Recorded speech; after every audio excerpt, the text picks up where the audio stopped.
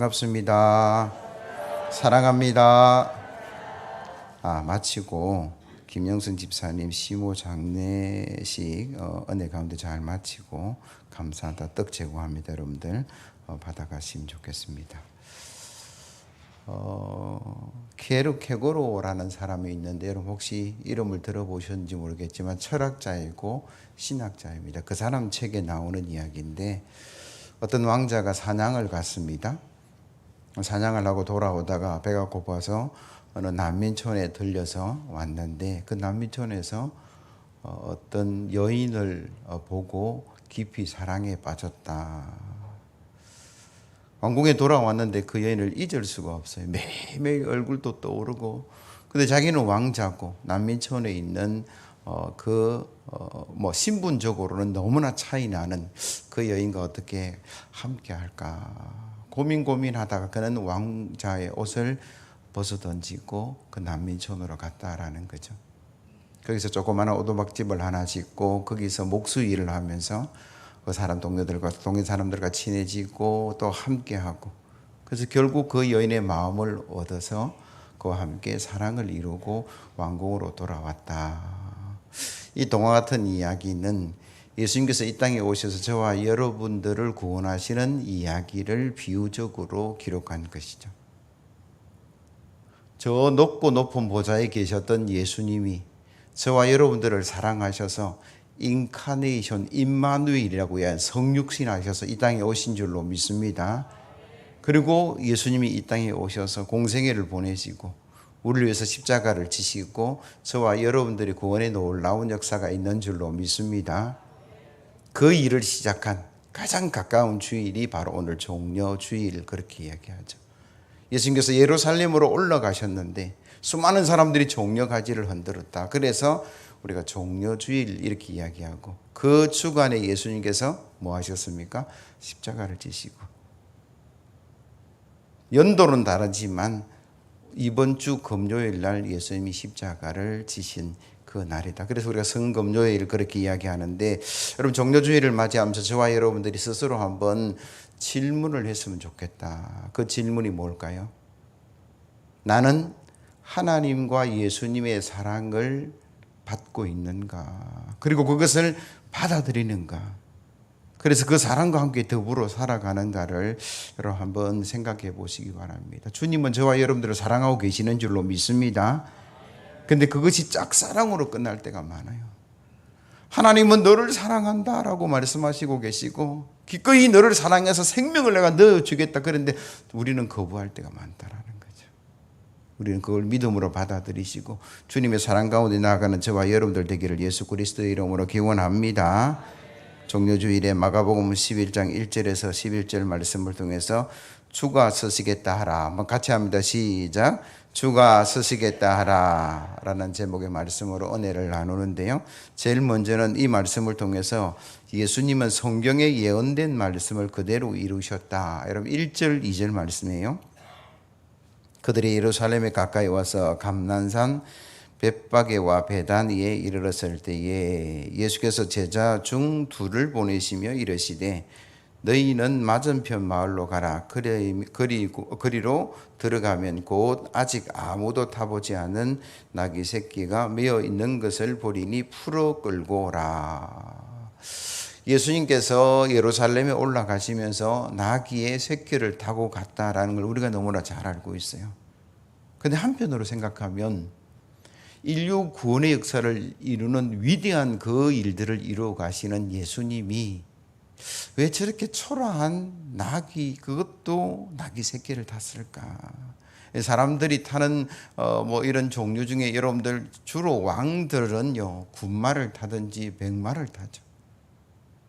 화려한 빵빠레를 울리고 입성할 때 보면 엄청난 군중들이 함께 모여서 들어가는 그 모습을 우리가 상상하게 되는데, 예수님은 초라하게 그지없는 나귀 새끼 한 마리를 타고 인류 구원의 그 일들을 이루어 갔는데, 우리가 보기에는 초라하다는 생각이 들 수 있지만 이 일을 이루신 예수님은 하나님의 말씀을 있는 그대로 이루시기 위해서 그 일들을 하신 거죠. 스가랴 9장 9절 말씀 보시면요, 시온에 따라 크게 기뻐할지어다, 예루살렘에 따라 즐거이 부를지어다. 보라, 내 왕이 내게 임하시나니 그는 공의로우시며 구원을 베푸시며 겸손하여서 나귀를 타시나니 나귀의 작은 것 곧 나귀 새끼니라. 감히 제가 설교 준비하면서 이런 생각을 했어요. 주님도 나귀 새끼보다는 백마를 타고 싶은 생각이 없었을까? 뭐 결론은 모르겠어요. 제 마음이었어요. 그러나 주님은 무엇 하셨어요? 나귀 새끼 타고 가셨어요. 왜? 한마디로 말하면 하나님의 말씀대로 그가 그 일에 임하셨다라는 거죠. 예수님께서 이 땅에 오셔서 인류 구원의 역사를 이루어 가셨는데 하나하나 모두가 하나님 말씀대로 가셨다라는 거예요. 하나님 말씀이 아니면 그는 가시지도 않고 이루시지도 않았다라는 게 성경의 말씀이다라는 거죠.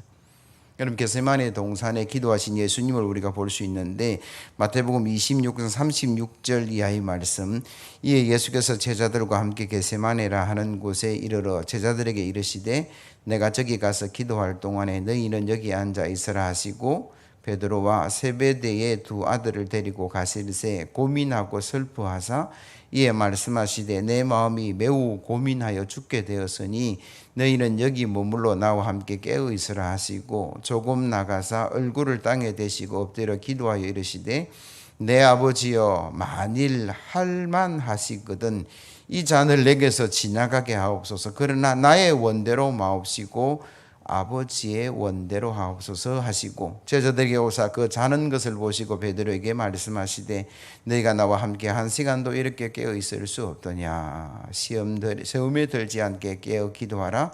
마음에는 원이로되 육신이 약하도다. 겟세마네 동산에 예수님의 그 기도의 시작은 십자가가 지나갔으면, 할 수만 있다면 그냥 지나갔으면 좋겠다. 그게 마음이었어요. 솔직한 예수님의 마음이었어요.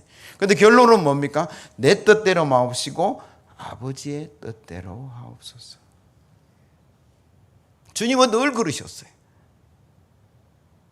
모든 사역의 중심은 하나님의 시간과 하나님의 마음과 하나님의 말씀을 이루는, 백마 타고 가면 얼마나 좋아요. 빵빠레 울리면서 군악대가 앞에 서면 얼마나 멋있습니까? 그런데 주님은 그거 다 내려놓으시고 스가랴 말씀을 그대로 이루시는 모습을 우리에게 보여주시고 있다라는 거죠. 그 주님의 모습을 통해서 우리가 기억하고 본받아야 될 것이 한두 가지가 있는데 그게 뭐냐 하면 우리의 기도에도 이런 역사가 드러나야 된다. 우리가 기도 열심히 해요. 성도들이 기도 안 합니까? 늘 기도하죠. 자기의 소망을 가지고 기도하고 가정을 위해서 기도하고 또 교회를 위해서 기도하고 나라와 민족을 위해서 기도하고 자식이 잘 되었으면 하면서 기도합니다. 그런데 그 기도가 예수님의 기도를 닮아갔으면 참 좋겠다. 내 욕망으로부터 시작한 기도를 할지라도, 내 자식 사랑부터 시작한 기도를 할지라도 결론은 하나님의 뜻이 이루어지는 나라, 하나님의 뜻이 이루어지는 교회, 하나님의 뜻이 이루어지는 가정, 하나님의 뜻대로 살아가는 우리의 자녀, 그게 결론이었으면 좋겠다라는 거예요. 여러분, 반드시 기도하셔야 돼요. 삶의 문제를 두고 기도하셔야 됩니다. 먹고 사는 문제를 위해서 기도하셔야 돼. 그러나 그걸로 끝나면 안 돼요. 먹고 사는 문제 가지고만 기도가 끝나면, 먹고 사는 문제 해결되면 기도도 안 하고 예배도 안 하고 교회도 안 와요. 그리고 돈 많이 있으면 말씀을 이룰 수 있습니까? 아니에요. 성도다운 삶을 살아가는 게 물질이 많고 적음이 아니더라고요. 너희 세상의 빛이요 소금이요 라고 말씀하셨는데 그 말씀을 이루는 게 우리가 부유하냐 가난하냐가 아니라 우리가 하나님 말씀대로 나아갈 수 있는 그 믿음이 있어야 그게 가능해요. 그래서 우리가 살아가면서 문제를 위해서 기도하는 건 분명히 있어야 돼요. 삶의 문제, 가난의 문제, 질병의 문제, 취업의 문제 다 기도하고 나아가셔야 돼요. 그러나 그 기도의 결말은 하나님의 뜻이 이루어지고 더 나아가서 하나님의 말씀, 빛과 소금, 거룩한 성도로서 성도다운 삶을 위해서 우리가 기도하는 게 필요하다라고 주님은 말씀하고 계시다라는 거예요. 그럼 기도하면 변화되는 역사가 일어날 줄로 믿습니다. 기도하면 가정이 일어날 줄로 믿습니다. 질병도 떠나갈 줄로 믿습니다. 여러분 기도하셔야 돼요. 기도하는 곳에 하나님의 역사가 일어난다라고 성경은 말씀하시는데 그 기도하는 삶의 자세와 태도는 우리가 분명하게 가셔야 돼요. 어느 선교단체 집회에서 집회의 말씀을 들었던 한 자매가 그 강사 목사님 쫓아와서 그 말씀을 듣고 아마 이런 질문을 한 것 같아요. 기도를 통해서 하나님 말씀을 어떻게 듣는지 궁금합니다. 그러니까 이 목사님이 이런 이야기를 했어요. 핸드폰 수신에 관한 이야기를 하는 게 제가 참 좋다 그래서 여러분들이 소개를 하는 거예요.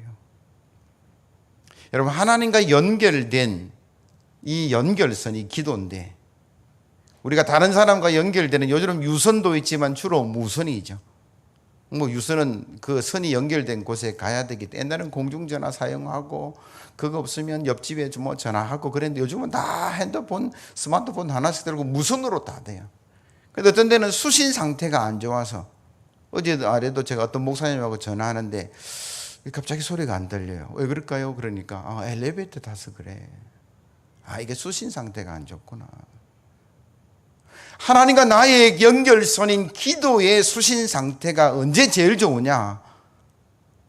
우리의 마음속에 하나님 말씀이 있을 때에 내가 순종하리라 그 마음을 품고 있을 때 결단할 때에 이런 수신 상태가 최고라는 거예요. 그 강사 목사님의 이야기예요. 우리 마음속에 욕심이 가득 차고 세상에 어떤 욕망이 가득 차고 미움과 다툼이 있으면 수신 상태는 흐려질 수밖에 없다는 거예요. 하나님 말씀하셔도 하나님께서 응답하셔도 그게 긴가민가 하는 때가 있다라는 그게 수신 상태가 양호하지 못한 것과 똑같다. 그러면서 그 자매에게 목사님이 그런 이야기를 했어요. 자매요, 하나님 말씀을 붙들고 기도하세요.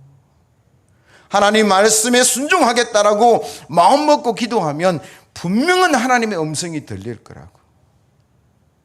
저와 여러분들이 기도하는 그 기도 역사가 분명히 있을 것인데 그 기도하는 삶의 자세와 태도는 내 뜻대로 마옵시고 아버지 뜻대로 하옵소서.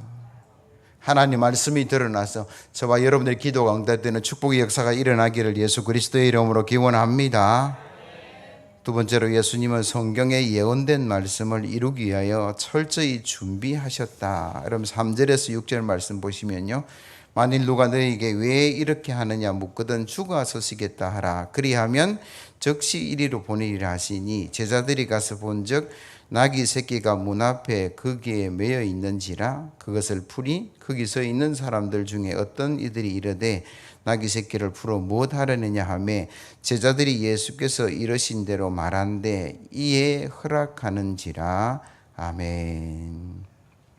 예수님께서 하나님의 뜻을 이루기 위해서 예루살렘으로 올라가시는데 가까이 왔을 때에 제자 둘을 파송합니다. 맞은편 마을로 가라. 거기에 가면 나귀 새끼가 있으니까 끌고 와라. 이게 무슨 말일까요? 믿음 없이 보고 이 부분만 보면 주님께서 절도를 요구한 것인가? 도둑질을 해오라는 것인가? 이런 어떤 의도물을 퍼물 수 있는 건데 아니었어요. 주가 서시겠다 하라. 그리하면 보낼 것이다. 이미 주님은 그 나귀 주인과 약속을 하신 거예요. 아마 후환값을 치루었는지도 모르겠어요. 내가 필요할 때 쓰겠으니 그때 내가 제자 둘을 보내어서 그걸 요구할 거니 그때 보내어 달라. 이미 준비된 나귀 새끼였다라는 거예요. 하나님의 아들이니까 무조건 다 가지고 갈 수 있다. 이런 이해는 아니에요. 아무리 생각해도 하나님의 아들 예수 그리스도 이 땅의 구원의 역사를 이루시면서 이 자연의 질서도 그렇게 파괴하지 않는 것이 주님의 뜻이었다면 아마도 준비된 나귀 새끼였을 것이다. 값을 치루어 넣었고 약속된 나귀 새끼가 뭐 한 거예요?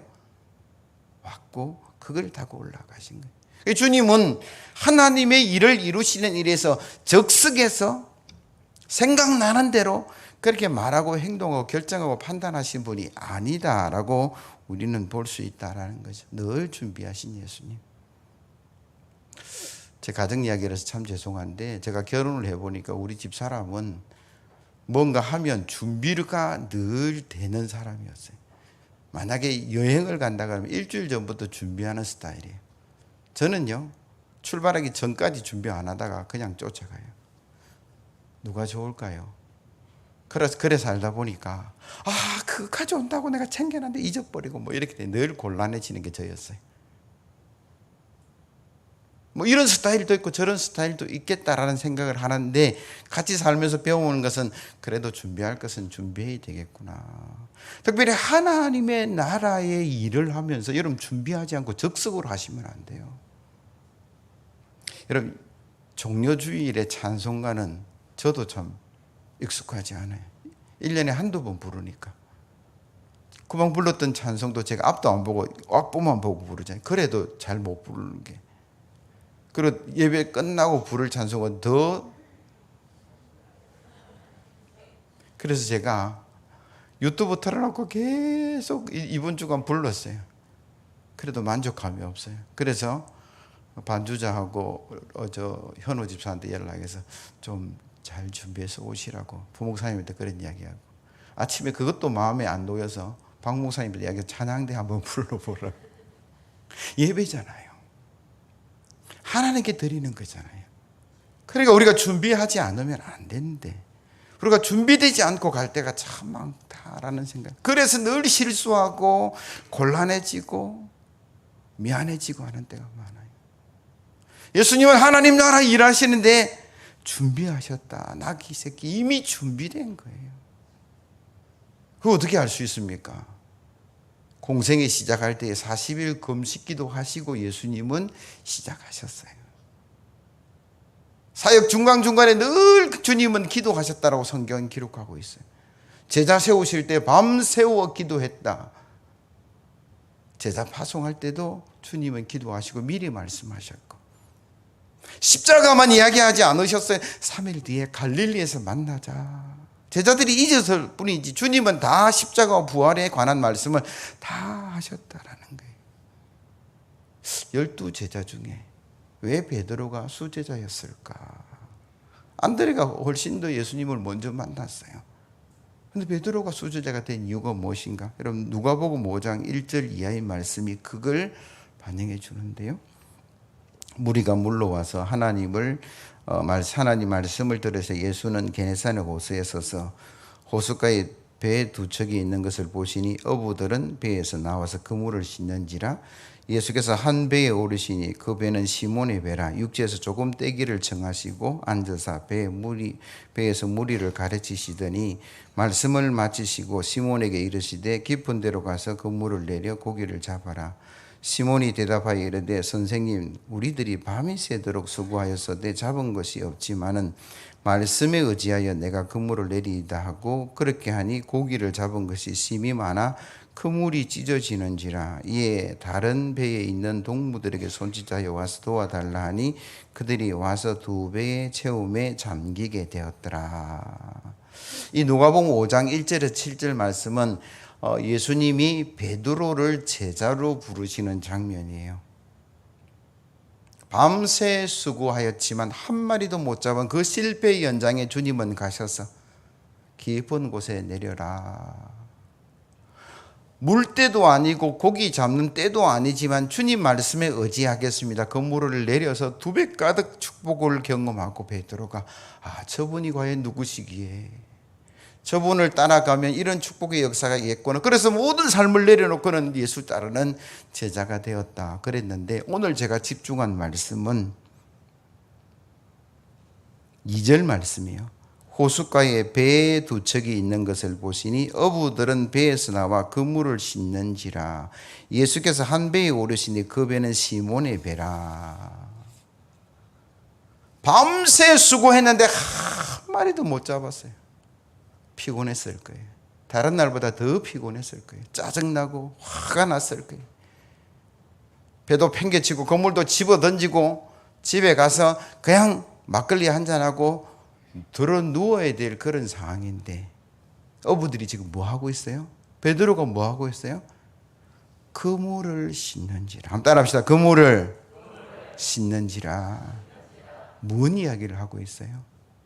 비록 오늘 내가 실패했지만 내일은 만선하리라 꿈을 꾸고 준비하고 있는 거예요. 이 준비하는 모습이 수제자로서의 능력과 권능을 가질 수 있는 준비였어요. 주님께서 말씀하셨습니다. 깊은 곳에 가서 그물을 내려라. 예수님 잠깐만요. 아직 그물 안 찢어진 그물밖에 없어서 안 되겠는데요. 이렇게 말할 수 있는 상황이잖아요. 그가 준비하지 않았다면. 주의 기적의 역사가 나타났더라도 그 찢어진 그물로서 고기가 다 빠져나가고 예수의 기적은 드러나도 내 것이 되지 않는 것이 아마도 그물을 싣고 찢어진 그물을 깁지 않았다면 하나님의 기적 앞에 한탄과 안타까움만 있을 수밖에 없는데 베드로는 뭐 했습니까? 준비했어요. 예수님께서 수많은 병자들을 고쳐주셨는데 그 병자를 고치는 방법이 여러 가지였어요. 때로는 침을 흙에 해서 붙이기도 하고 실로암에가 씻으라 하기도 하고 그냥 말씀으로 고쳐주시기도 하고 그 중에 내 믿음이 너를 구원하였다. 그런 케이스가 있어요. 그 질병을 고치는데 그 병자의 준비된 믿음이 역할을 했다라는 이야기죠. 그러면서 주님께서 뭐라 말씀하십니까? 기도할 때에 믿음으로 기도하라. 실컷 기도했는데 나가면서 될까 말까 이 생각하지 말라는 거예요. 믿음의 기도의 역사가 일어날 것이다. 저와 여러분 이 땅 살아가면서 하나님을 신뢰하는 그런 성도가 되어야 될 줄로 믿습니다. 여러분 믿음을 준비하셔야 돼요. 기도할 때도 믿음. 내 속에 문제가 있을 때에도 믿음. 신앙생활 할 때에도 준비된 믿음. 그 믿음의 질병이 떠나가는 역사가 일어날 줄로 믿습니다. 응답되는 역사가 있는 줄로 믿습니다. 여러분 은혜 받는 것도 이 믿음의 준비가 필요해요. 주인이 그릇을 쓰는데 금그릇도 있고 은그릇도 있고 나무그릇도 있는데 어떻게 쓰느냐? 깨끗이 씻어서 말려진 그 그릇을 쓴다. 재료가 문제가 아니라는 거예요. 준비가 되어 있느냐 안 되어 있느냐. 오늘 하나님께서 하늘 문을 여시고 불같은 성령과 은혜를 부어주시려고 예비하고 계신데 아직 내가 준비가 안 됐어요. 세상의 복잡함은 그대로 있고 미워하는 마음 그대로 있고 예배 시간 헐레벌떡 뛰어와가지고 찬송도 안 되고 5분만 일찍 오세요. 아니 단 1분이라도 일찍 오셔서 마음을 가다듬고 한 주간을 하나님께 내려놓고 회개하고 깨끗한 상태에서 하나님 말씀이 임하면 내 마음으로 믿어 입으로 시인하여 구원의 역사가 일어나니까 아멘 하시기 바랍니다. 할렐루야. 우리가 은혜 받는 것은 이 준비됨이 필요하다라고 성경은 말씀하고 계세요. 사람의 스타일일 때마다 그렇게 하는 사람도 있고 안 하는 사람도 있지만 세상의 문제는 여러분 삶의 문제는 상관없지만 여러분 마음대로 하시더라도 예배는 하나님의 일은 교회를 세워가는 그 일에는 철저하게 예수님처럼 준비되어서 모두가 행복하고 모두가 기뻐하고 하나님 나라가 세워지고 개인과 교회와 나라가 세워지는 그런 축복의 역사가 일어나기를 예수 그리스도의 이름으로 기원합니다. 마지막으로 예수님이 하나님의 예언된 말씀을 이루는데 협력하는 성도들이 있었다. 여러분 7절 이하의 말씀인데요. 7절에서 11절까지는 같이 한번 읽어보겠습니다. 시작. 나귀 새끼를 예수께로 끌고 와서 자기들의 겉옷을 그 위에 얹어 놓음에 예수께서 타시니 많은 사람들이 자기들의 겉옷을 또 다른 이들은 들에서 벤 나뭇가지를 길에서 펴며 앞에서 가고 뒤에서 따르는 자들이 소리 지르되 호산나 찬송하리로다. 주의 이름으로 오시는 이여 찬송하리로다. 오는 우리 조상 다윗의 나라여 가장 높은 곳에서 호산나 하더라. 예수께서 예루살렘에 이르러 성전에 들어가사 모든 것을 둘러보시고 때가 이미 저물매 12 제자를 데리고 베다니에 나가시니라. 아멘. 예수님은 하나님의 예언된 말씀을 준비하고 있는 그대로 순종하는 가운데 혼자가 아니었다라고 오늘 본문은 이야기하죠. 2 제자가 파송을 받아서 나귀 주인에게 그 나귀를 받아오는 그 역할을 했고, 나귀 새끼 주인은 기꺼이 그것을 내어드렸고, 수많은 무리들이 종려나무 가지를 잘라서 호산나 소리 흔들면서 앞서거니 뒤서거니 호산나 만세라는 뜻이에요. 주의 입성을 기뻐하며 만세 부르는 그 수많은 무리들이 있었는데, 여러분 더 자세히 보면 나귀 새끼 그 미천한 것에 안장도 없었어요. 그러니까 2 제자가 자기 겉옷을 벗어서 거기에 올려놓았습니다.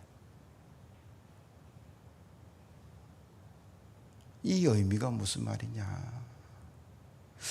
내 겉옷이 하찮은 것일 수도 있지만 주님께 드려질 때에, 주가 서시겠다 하라 주님이 사용하실 때에 예수님의 보좌가 되는,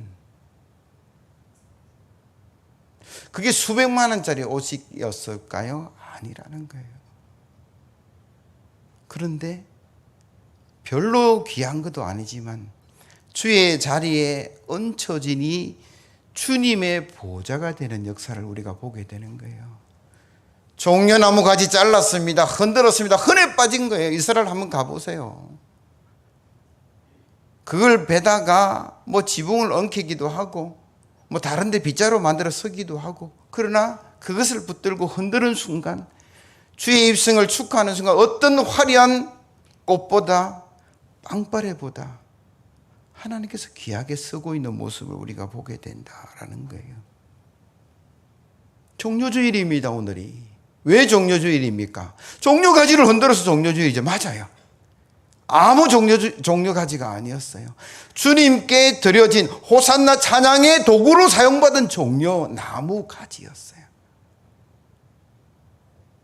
아무것도 아니었는데 주의 환영에 사용되니 주님이 기뻐 받으시고 그날이 종려주일이 되는 거예요. 수천 년 기억되는 종려나무가 기억이 된다는 거예요. 주가 서시겠다 하라. 나귀 새끼 아무것도 아니었지만, 몇 푼 돈을 주고 했는지 모르지만 주의 입성, 거기에 도구로 사용될 때에 인류 구원의 엄청난 사건의 한 부분을 차지하는 나귀 새끼가 되었다. 500리어 기적 알고 계십니다. 어린아이 도시락 하나가 5,000명, 장정만 5,000명이 먹고 12광주리가 남았는데, 시작은 내 도시락이에요. 그거 내가 배불리 먹을 수 있는 거예요. 엄마가 사준 도시락이에요.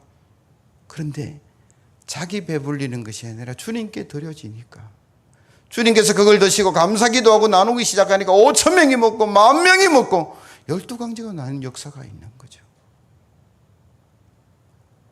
내 거예요. 못 드려요. 거기에는요 하나로 끝이 나지만 주님께 드려질 때에 엄청난 축복의 역사가 있었다라고 성경은 이야기합니다. 조금 더 부담스러운 이야기를 할까요? 초대교회 바나바라는 사람이 있었는데 밭을 팔아서 사도 앞에 두었습니다. 내 밭인데 맞아요. 그러나 그것이 교회 부흥의 밑거름이 되었어요. 헬라파, 히브리파, 온 동네 가난한 사람들이 교회 가니까 먹을 것이 생기고 하나님의 은혜를 누리고 찬미하고, 교회가 부흥하는 도구로 바나바의 물질이 사용됐다. 성경은 그렇게 이야기하는 거죠. 가장 절망적인 때에 가장 큰 기쁨을 주시는 하나님이라는 책에 실린 이야기를 소개합니다. 허더슨 테일러 선교사에 관한 이야기를 알고 계실 건데, 저분이 엄청난 선교사인데요. 그분이 가난한 교인을 방문할 때 그의 호주머니에는 2실링 6펜스밖에 없었어요. 우리나라 돈으로 하면 몇만 원, 몇천 원 정도의 작은 돈이 있었습니다. 가보니까 너무 삶이 궁핍해서 먹을 것도 제대로 없고 아이를 키우는데 젖도 제대로 안 나오고, 그러면서 자기가 경험한 게 속으로 생각하니까 내 호주머니에 10만 원만 있었으면 도울 수 있었을 것인데. 그러고 나서 그 가난한 성도에 이렇게 권면을 합니다. 자매요, 하나님이 도와주실 것이고 하나님의 긍휼이 나타나기를 간절히 소원하며, 뭐 그렇게 기도하고 돌아오려는데 자기 양심의 소리가 자기를 책망하는 거예요. 하나님의 이름으로 긍휼을 이야기하고 하나님의 이름으로 사랑을 이야기하면서 내 호주머니에 있는 것은 너는 움켜쥐고 있는구나. 그게 가슴이 찔렸다라는 거예요. 그래서 있는 돈 탁 털어서 주고 갔어요. 그러면서 뭐라고 기도했냐? 그러면 있는 그대로 제가 읽어드릴게요. 사랑하는 하나님, 하나님께서는 가난한 자에게 주는 것이 여호와께 구워 주는 것이라고 말씀하셨습니다. 이번에 빌려드린 것이 오래 가지 않게 하여 주옵소서. 그렇지 않으면 저는 내일부터 당장 굶어야 합니다. 자기도 넉넉하지 않은 삶이었다라는 거죠. 그런데 하나님의 이름으로 그것을, 그는 가난한 사람에게 드린 것이 하나님께 드린 거죠. 근데 도착했는데 그 다음날 아침에 우편이 하나 왔어요. 그 속에 금화 10실링이 들어있었다. 어떤 후원자가 보낸 거예요. 3배로 하나님께서 그 다음날 갚아주셨다. 뭐 그런 이야기인데, 이런 이야기가 여러분들이 부담스러울 수 있습니다. 그러나 그게 하나님의 축복의 법칙이라고 성경은 말씀하세요.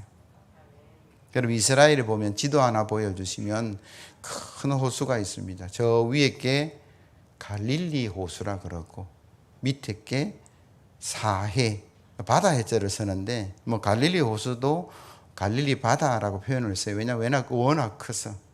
근데 두 차이가 뭐냐 그러면, 사해는 죽음의 바다라고 이야기하는데 마이너스 400입니다. 지중해가 0인데, 그러니까 지중해보다 너무 낮아서 사방에서 물이 들어오기는 들어오는데 나갈 수는 없어요. 오로지 나가는 것은 햇빛에 의해서 증발되는 거죠. 그러니까 소금의 농도가 너무나 짙어서 저도 2번쯤 갔다 왔는데 그냥 누우면 둥둥 뜰 정도. 경고에 문구가 붙어 있어요. 15분 이상 있지 마세요. 그럼 30분, 1시간 거기 있으면 내 몸에 있는 게 빠져나갈 정도의 어떤 그런 삼투압 작용에서 어려움이 있을 수 있다. 같은 나라에 있는 2개의 바다인데 하나는 죽음의 바다, 물고기 한 마리도 없습니다. 근데 갈릴리 바다는 왜 그렇게 고기가 많아서 수많은 사람들이, 어부들이 먹고 사는 삶의 터전이 되고 풍성한 일들이 일어났는가? 지도 다시 보여주시면 갈릴리에서 들어오는 헬몬산에 물이 있었어요. 높은 산이, 헬몬산이 저 위에 있는데 눈이 와서 4, 5월 되면 눈이 녹아서 그게 갈릴리 바다로 흘러들어요. 여러분, 여호수아가 요단강 건널 때 범람했다. 그게 4월, 5월 날 눈 녹은 물이 너무 많이 내려와서 범람이 일어나는 거예요. 갈릴리 바다는 물이 들어오고 한 바퀴 휙 돌아서 요단강으로 사해로 흘러보내는 거예요. 그러니까 생명이 살고 수많은 사람들이 들끓는 축복의 바다가 되는 거죠. 죽음의 바다로 살 것인가? 풍성한 바다로 살 것인가? 죽음의 마음으로 살아갈 것인가? 죽음의 삶으로 살아갈 것인가? 풍성한 마음으로 살아갈 것인가는요, 들어오고 나가야 돼요. 이게 법칙이에요. 이게 축복의 법칙이에요. 하나님께서 우리에게 물질도 주셨고 시간도 주셨고 생명도 주셨어요. 다 내 것이야 뭐 이렇게 하는 사람도 있겠지만 그게 하나님의 몫이 있어요. 그건 11조라고 이야기해요. 이웃의 목도 있어요. 하나님께서 밥 벨 때, 포도 열매 감람나무 딸 때 다 따지 말고 고아 가난한 자를 위해서 남겨둬라. 그건 그들의 몫이다. 나머지 네 거야. 여러분, 그거로서 충분하게 살아갈 수 있다는 게 저와 여러분들의 믿음이다라는 거예요. 주님은 우리에게 생명을 나누어 주셨습니다. 예수 믿고 구원받는데 예수 생명 아니면 십자가의 은혜 아니면 아무도 그 자리에 나아갈 수 없다는 게 성경의 이야기예요. 좋아요. 그런데 구원의 믿음이 있다면 주님의 생명이 우리 속에 있는 줄로 믿습니다. 어느 누가 생명을 주시겠어요? 그 생명의 가치는 얼마쯤 될까요? 그런데 우리는 1만 달란트 탕감 받은 사람이 동료의 100데나리온 그거 고발하고 그거 감옥에 넣는 그런 고집으로 살아갈 때가 너무나 많다라는 거예요. 가능하다면 나누고 베푸는 삶을 살아가시기를 예수 그리스도의 이름으로 기원합니다. 손해 아니에요. 여러분, 하나님 믿는다면 절대 손해 아니고 하나님 말씀 믿는다면 절대 손해 아닙니다. 이 말씀 읽고 설교 마칠 건데 누가복음 6장 36절 보여주시고 같이 읽습니다. 시작. 너희 아버지의 자비로우신 같이 너희도 자비로운 자가 되라. 비판하지 말라. 그리하면 너희가 비판을 받지 않을 것이요. 정죄하지 말라. 그리하면 너희가 정죄를 받지 않을 것이요. 용서하라. 그리하면 너희가 용서를 받을 것이요. 주라. 그리하면 너희에게 줄 것이니 곧 후히되어 누르고 흔들어 넘치도록 하여 너희에게 안겨주리라. 너희가 헤아리는 그 헤아림으로 너희도 헤아림을 도로 받을 것이니라. 아멘. 주라. 그리하면 너희에게 줄 것인데, 이런 주라는 내보고 하는 이야기고, 그리하면 너희에게 줄 건데 누가 줄 거냐? 하나님이 주시는데 하나님께 어떻게 주시냐고 하면요, 후히되어 누르고 흔들어 넘치도록 너희에게 안겨주리라. 하나님의 말씀으로 내가 하나님의 생명을 받았으니, 십자가의 긍휼을 누렸으니 저와 여러분들의 삶의 모습은 나누고 베풀고 함께 하나님의 나라를 세워가시기를 예수 그리스도의 이름으로 기원합니다. 139장 찬송합니다.